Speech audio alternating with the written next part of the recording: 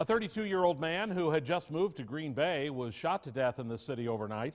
Police are still looking tonight for the suspect. Officers were called to the 1100 block of Stewart Street around 11 last night after someone reported hearing gunshots. About the same time, police learned a man with gunshot wounds had arrived at a Green Bay hospital. Fox 11's Laura Smith has tonight's update. Come outside this morning, all of a sudden I'm like, wait a minute. Paul Pamprin found crime scene tape attached to his porch. It stretched around most of this block on Stewart Street after a shooting the night before. I was just sitting in my house and I thought I heard what sounded like a huge bang, and it sounded like a gunshot. The victim, 32-year-old Stephen Sims, died from his injuries Wednesday.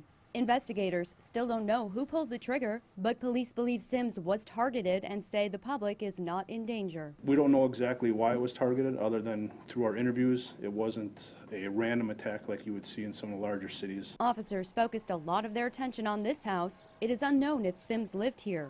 Police say he recently moved to the area from Kenosha. Investigators believe Sims and his shooter knew each other, but police need more information to pinpoint a suspect. They weren't necessarily strangers from the information we have. However, like I said, though, everything is, I don't want to speculate. We're still trying to track down witnesses. As officers work the crime scene, Pamprin told us neighbors are nervous. Everybody came outside last night and they didn't say anything right away. They just came in like this morning. They're still like, we'll go back in your home. And I'm like, it's 7 o'clock in the morning.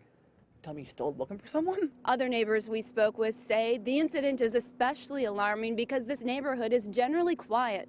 This is the first time that I see this happen here in this block. Alejandro Baez says the fatal shooting just a few doors down left him rattled. Not very safe.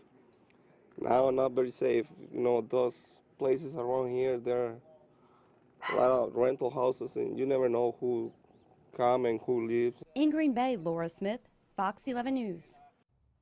Investigators say they have not yet determined the motive. They also say they have not yet found the gun used in the shooting.